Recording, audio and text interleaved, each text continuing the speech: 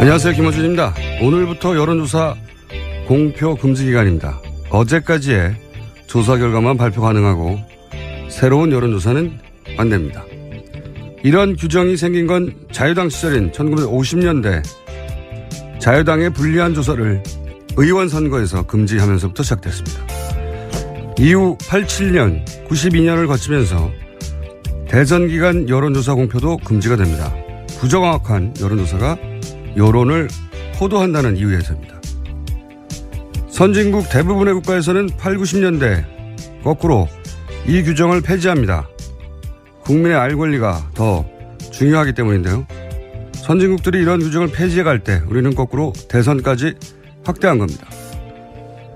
저는 이 규정은 앞으로 반드시 폐지되어야 한다고 봅니다.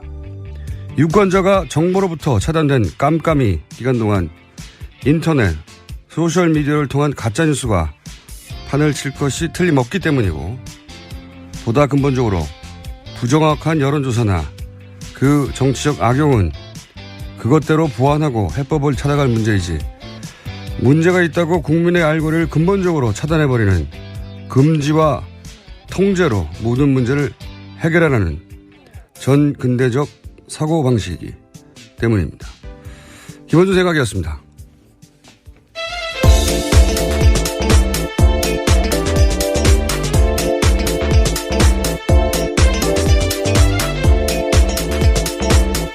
시사인의 김은지입니다. 네.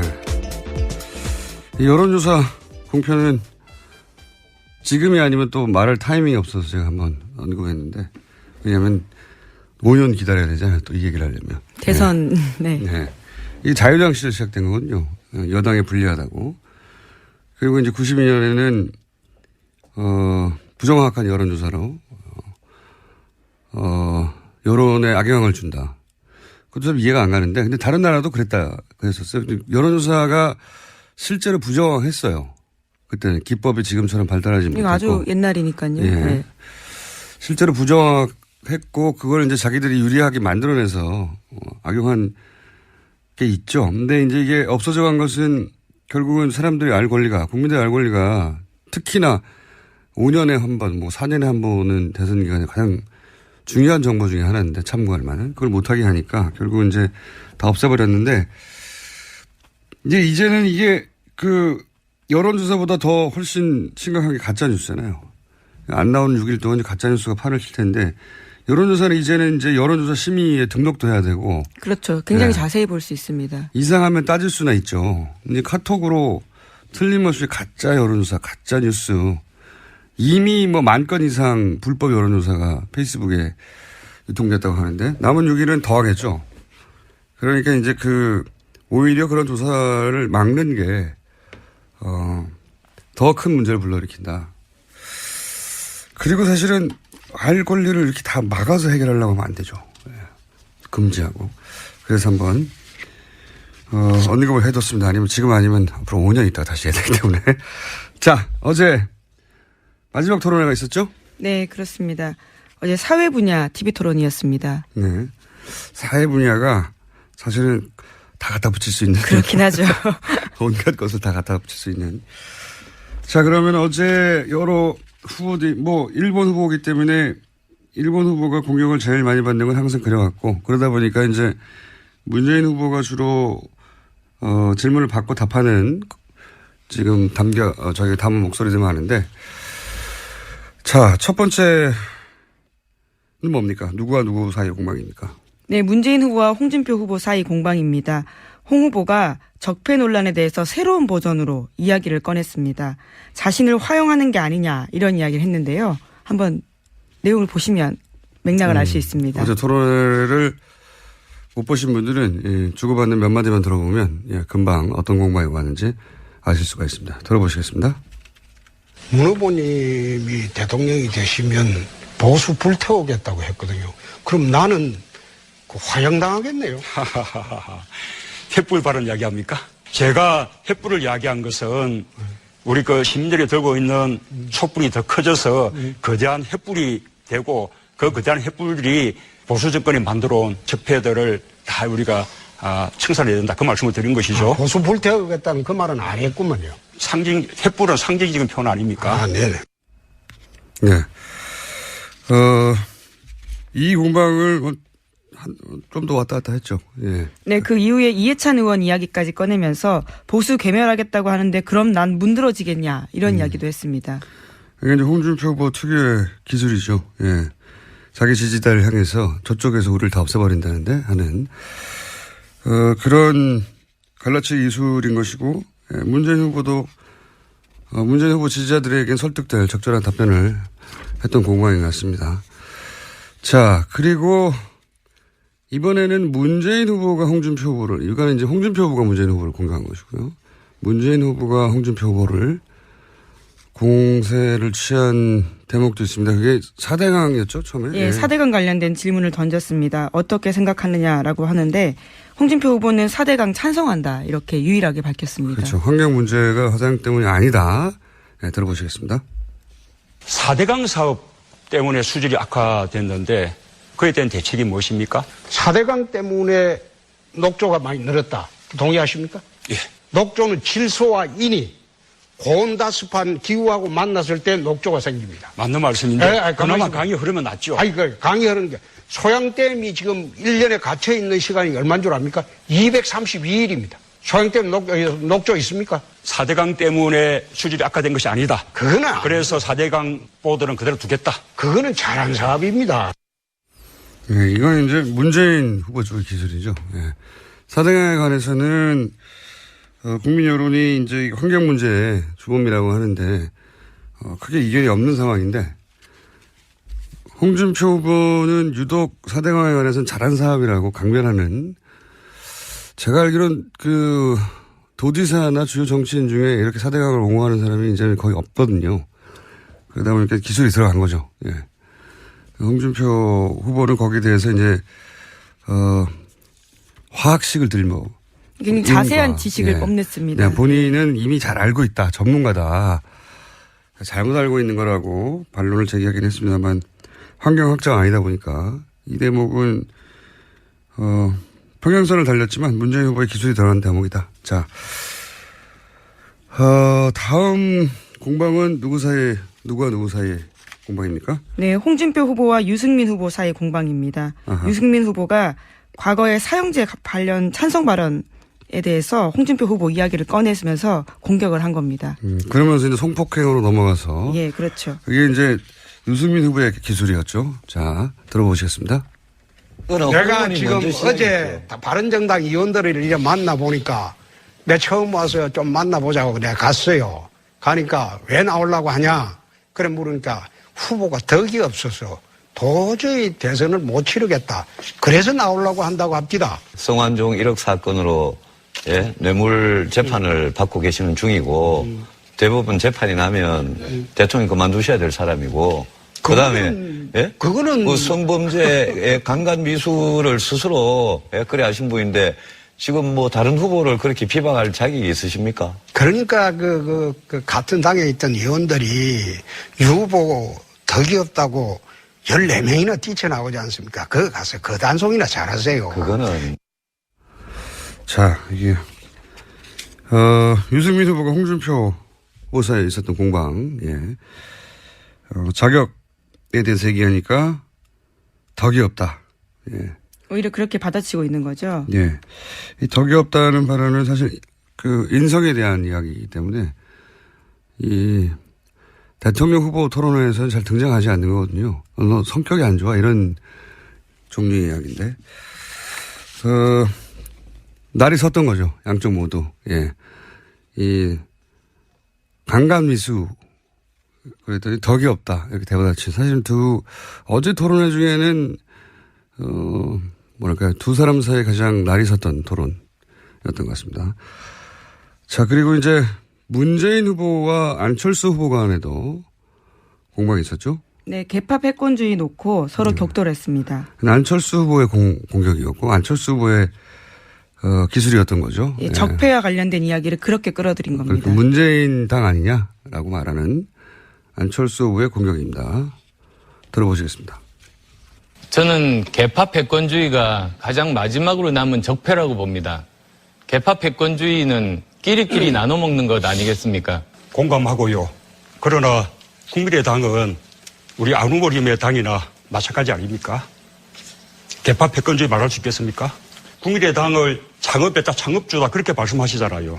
그 문 후보님을 도왔던 전직 당대표들이 전부 다 당에서 나왔습니다. 사실은 정치인들은 탈당이라는 건 정말로 중요한 그 정치적인 결단 아니겠습니까? 어떻게 설명하시겠습니까? 개파 패권주의 때문에 나왔다고 다들 말씀하시는데요. 그렇게 당을 쪼갠 분이 우리 안 후보님이시죠. 예, 이거 기본적으로 안철수 후보가 기술이 들어간 건데, 예, 결국은 이제 두 번째 공방에 오가면 1라운드까지는 예상을 했던 답변이고, 민주당은 문재인 당 아니냐 그랬더니 국민의당은 안철수 당 아니냐 여기까지는 예상을 했던 것이고, 그리고 나서 이제 손학규, 김종인 이런 분들이 다 나오지 않냐. 그랬더니 그분들이 간 당을 만든 사람이 당신이다. 당을 당신 쪼갠 거 아니냐 이런 공방. 사실 이런 공방은 공격과 방어가 대충 정해져 있던 공방이었는데 처음으로 등장을 했어요, 어제. 자, 이렇게 안철수 후보의 기술이 들어갔고 문재인 후보는 이렇게 대받아쳤습니다. 자, 다른 후보 간의 공방. 그 다음은 누군가요? 네, 홍준표 후보와 심상정 후보 사이 공방도 있었습니다. 진주의료원 폐쇄에 대해서 묻자 홍 후보가 심 후보에게 비난성 공격을 했습니다. 자, 이것도 들어보시겠습니다. 진주의료원 돈 먹는 하마다 문 닫길 잘했다 했는데 그럼 대통령 되시면은 의료원 다 폐쇄하실 거예요? 그런 억지 주장은 안 되죠. 억지를 하니까. 진주의료원보다 서울대병원은 5년간 적자가 1,900억인데 그 홍 후보 논리대로 하면 다 폐쇄해야지. 적자가 있어서 내 폐쇄한다는 말 한 번도 한 일이 없습니다. 도지사 뽑아놨더니 부패 비리 혐의로 재판이나 다니시면서 도지사 역할 제대로 못 하셨잖아요. 내 빚 다 갚았습니다. 그 얘기는 그리고 홍 후보가 50년 사업 사돈 다 낱말하실 해줬습니다. 처지가 청년도 아니에요. 1위 만들었습니다. 그래 적대 감정을 갖고 배배 꼬여서 덤비니 어떻게 대통령 되겠습니까? 그리고 예, 갑자기 그리고에서 끊겼네요. 어제 홍 후보와 심 후보 사이에는 또 감정적으로 날이 선. 그렇죠. 대립각이 사실 정책적으로 또 정치성으로 가장 정반대에 있는 두 후보라 이런 공방이 오갔고요. 마지막에 또 배배 꼬였다. 네. 예. 그러면서 파이팅이라고 외치기도 했습니다. 일종의 반어법인 거죠. 그러니까 심상정 후보 화이팅 해서 문재인 후보의 표를 잠식해라. 이런 의미고, 이건 이제 지난번 토론에 대한 이제 복수죠, 일종의. 지난번 토론회는 이제 유승민 후보. 그렇죠. 구스여라 유승민이라고 이야기했죠. 구스여라 유승민 해서 보수표를, 갈라라. 이런 의미로 받아들인 거죠. 홍준표 후보가. 그 배배 꼬였다는 것도 아까 이제 인성, 덕거를 하는 거하고 마찬가지로 사실 인성을 공격하는 건데, 홍준표 후보가 잘하는 기술이죠, 이게 또. 성완종 리스트와 관련된 이야기를 하다 보니까 또 발끈한 겁니다. 흥분하게 되고, 예. 그러면 꼭 인성에 대한 공격으로 대받아쳐서 마무리를 합니다. 홍준표 후보. 자, 그리고 심상정 후보와 문재인 후보, 이건 심상정 후보의 이제 공격, 문재인 후보를 향한 공격이 있었어요, 어제. 네, 복지정책 관련해서 재원 마련 논란이 있었습니다. 본인이 어떻게 문재인 후보가 다른지, 예, 진보진영 유권자들에게 이렇게 심상정이 선명하다라고 드러내기 위한 공세였습니다. 좀 들어보시겠습니다. 향후 10년 이내에 OECD 평균 수준의 삶의 질, OECD 평균 수준의 복지를 이뤄내겠다. 그것이 제 복지국가 비전이거든요. 우리 문 후보님은 복지국가의 비전과 목표가 어떻게 되십니까? 우리가 장기적인 방향에 대해서는 공감하는데 심 후보님의 국힘 공약처럼 그렇게 급격하게 연간 70조나 이렇게 정세해서 우리는 또 저는 수권하겠다는 정당으로서 현실적으로 감당할 수 없는 부분을 공략할 수는 없는 것입니다. 자, 이렇게 시작된 공방이 몇 차례 왔다 갔다 했어요. 예, 근데 큰 틀에서는 계속 반복되는 내용이었기 때문에 저희가 첫 공방만 들려드렸는데 요지는 간단합니다. 예. 심상정 후보는 이거 철학의 문제다. 예. 어디까지 복지를 갈 것인지 목표와 비전을 제시하라. 예, 이런 주문을 했고 그 이유는 뭐냐면 문 후보는 그런 비전이 없고 지금 현실 안주해서 있는 돈으로 하겠다는 거 아니냐. 이런 공세. 그러니까 네, 복지에 관한. 증세 이야기를 결국 하기도 한 그렇죠. 거고요. 결국 네. 증세 얘기를 한 것이고요. 문 후보는 이에 대한 방어로 장기적으로는 맞는 이야기인데 지금 당장은 비현실적인 거 아니냐. 네, 수권 정당 프레임 내세운 겁니다. 네. 어제 그래서 수권이란 단어가 실시간 검색 순위에도 있었습니다. 이건 사실 오래된 공방이에요. 과거에 노무현 전 대통령과 권영길 두 분이 후보 시절에 토론회 때도 비슷한 공방이 왔거든요. 예. 그러니까 진보 정당과 민주당 사이의 공방 전형적인 패턴인데 공격도 필요했던 공격이고 문재인 후보도 방어를 잘했어요. 잘했는데 이제 어떤 유권자가 움직일지 그러니까 문재인 후보의 공약이 부족하다라고 해서 심상정 후보로 움직일지 아니면 심상정 후보 이야기를 듣고 이것은 지나치게 현실적이지 않지 않냐 하고 되돌아갈지 이건 모르겠습니다만 어제 두 후보 사이의 핵심 공방은 이거였습니다. 자, 그리고 심상정 후보와 안철수 후보 사이의 공방도 있었죠? 네, 단설 유치원 관련해서 과거에 논란이 됐던 공약을 다시 한번 심 후보가 꺼냈습니다. 예, 들어보시겠습니다. 단설 유치원 더 짓지 않겠다. 그거는 그런 얘기. 오해십니다. 제가 말씀드렸듯이 그럼 그거는 아닙니까? 단설 유치원 더 짓지 않겠다는 건 처리를 하셨어요? 오해십니다. 예. 저는 유치원을 무상교육하자는 겁니다. 그리고 그를 위해서 가급적이면 빨리 국공립 유치원을 늘리자. 그게 제 방향입니다. 뭐 이 라운드도 몇 번 더 있긴 했었는데 결국은 이제 비슷한 얘기가 반복됐습니다. 단설 유치원에 대한 대처가 빠른 속도로 근본적으로 되지 않아서 지지율이 상승에 꺾였다 하는 게 지금 되돌아보면 여론조사 수치를 보면서 하는 대부분 총평인데 다시 한번 공격이 들어간 거죠. 그래서 네. 공약을 아예 철회하라 이렇게 이야기한 겁니다. 거기에 대해서 안철수 후보도 방어를 잘 했어요. 네, 예. 오해하고 있다라면서요. 오해하고 있다. 왜 오해하고 있는지에 대한 자세한 설명은 없었지만 어제 시간 관계상 그런 걸 자세히 할 수는 없으니까 큰 틀에서는 뭐 그게 다시 타격을 줄 만큼 공격에 성공하지 못했다. 자, 어제 총평은 판세에 중요한 영향을 줄 만큼의 임팩트는 없는 토론이었다. 네. 간단하게 요약하면. 그 후보들도 이제 마지막 토론이니까 실수를 하지 않으려고 했고 그러다 보니까 큰 기술 이런 것도 없었던 것 같고 문재인 후보도 뭐 이전 토론보다 크게 잘하지도 못하지도 않은 예. 그냥 지향적으로 자기 지지자를 지킨 선에서 토론했던 것 같고 이전 토론보다는 안철수 후보가 내용 전달력이 훨씬 더 좋아졌어요. 예. 그래서 아마 토론을 더 하고 싶어 하는 것 같고 실제 안철수 후보는 기본적으로 토론 막판에 약간 마무리를 잘 못하는 경향이 있어요. 본인이 공격하기 시작해서. 그래서 뭔가 한 방에 부족하다는 이미지가 있는데 어제 확실히 과거 토론보다는 내용 전달력보다 좋아졌다. 아쉽게도 마지막이고. 홍준표 후보는 이 토론을 하는 게 아니라 유세를 한 유일한 후보였거든요. 토론회장에서. 상대방을 정책이나 숫자로 압도할 생각이 애초부터 없었던 전략 자체가. 내 편만 챙기는 갈라치기 하면서 계속 사실은 토론을 유세로 활용하면서 자기 편을 결집시켜 나가는 관점에서는 제가 그래서 그 관점에서는 토론을 잘했다 이렇게 총평했는데 어제는 그 관점에서 토론을 잘 못했어요.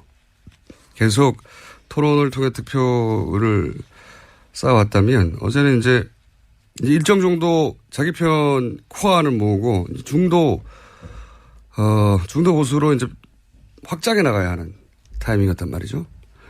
그러다 보니까 그렇게 큰 기술 확 갈라치는 그러면서 존재감도 좀 약해지고 디테일이 약한 게 부각되고 어제 토론 홍준표 후보는 성공적이지 못했던 것 같아요. 홍준표 후보가 토론을 항상 못했다고 총평을 듣더라도 저는 잘했다고 생각해 왔는데 목적 자체가 자기 편을 결집시키는 거니까요. 어제는 아니었던 것 같고 심상정 후보도 본인 강점이 토론 기술, 강단에 있는 태도 이런 거지 않습니까? 그래서 문재인 후보와 차별화를 시도하면서 선명성을 극대화하는 목표였던 것 같은데 준비가 충분하지 못했던 것 같아요. 그러니까 이상적이지 않냐, 지나치게. 이게 반론인데, 그게 왜 이상적이지 않은지를, 설명해내지 못한 게 아닌가. 예, 평소 실력을 다 발휘 못했다. 저는 그렇게 보고요. 토론 내용과 무관하게 어제 토론의 유일한 승자는 저는 유승민 후보였다고 봅니다. 예. 시간을 아껴서 이제 자신이 처한 상황에 대한, 말을 했던 것에 사람들이 이제 정서적으로 토론 내용과 무관하게 반응을 했었는데, 자, 마지막 발언은 저희가 좀 모아봤습니다.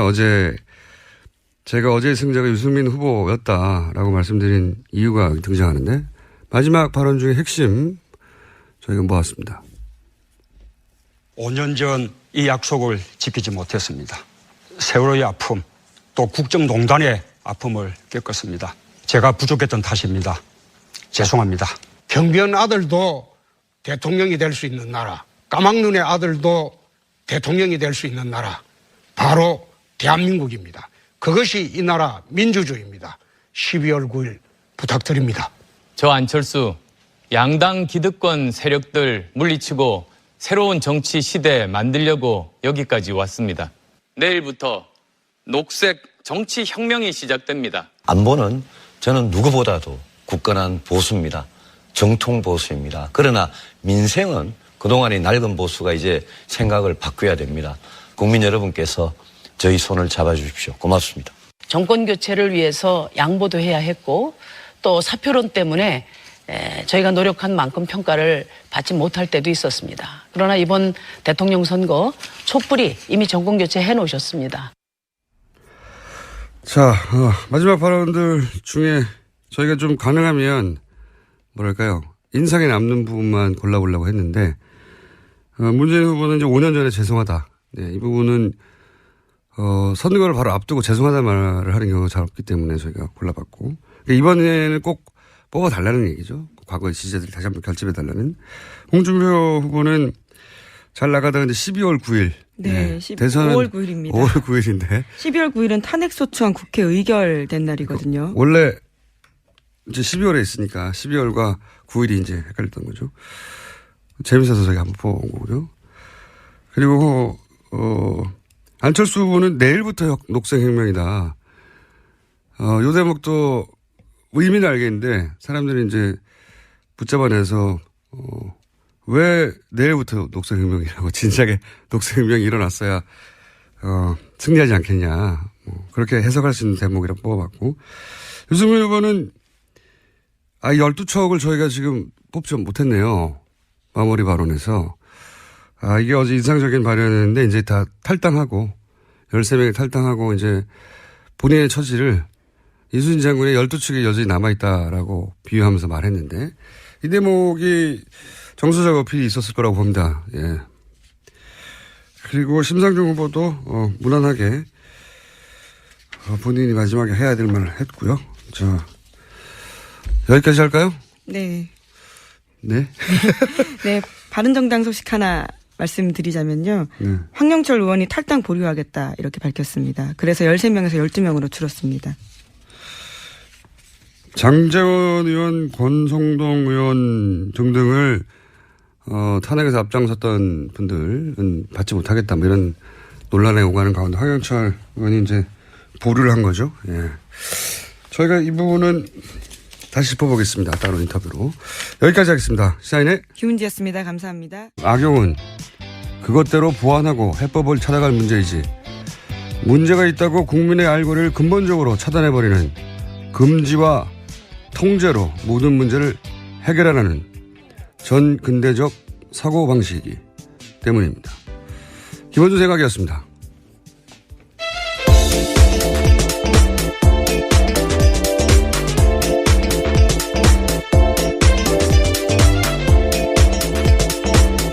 시사인의 김은지입니다. 네.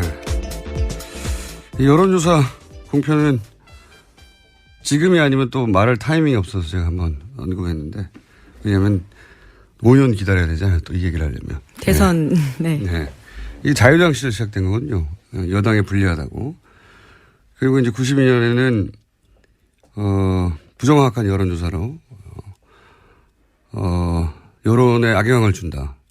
그것도 좀 이해가 안 가는데, 근데 다른 나라도 그랬다 그랬었어요. 여론조사가 실제로 부정했어요. 그때는 기법이 지금처럼 발달하지 이거 못했고. 아주 옛날이니까요. 예. 네.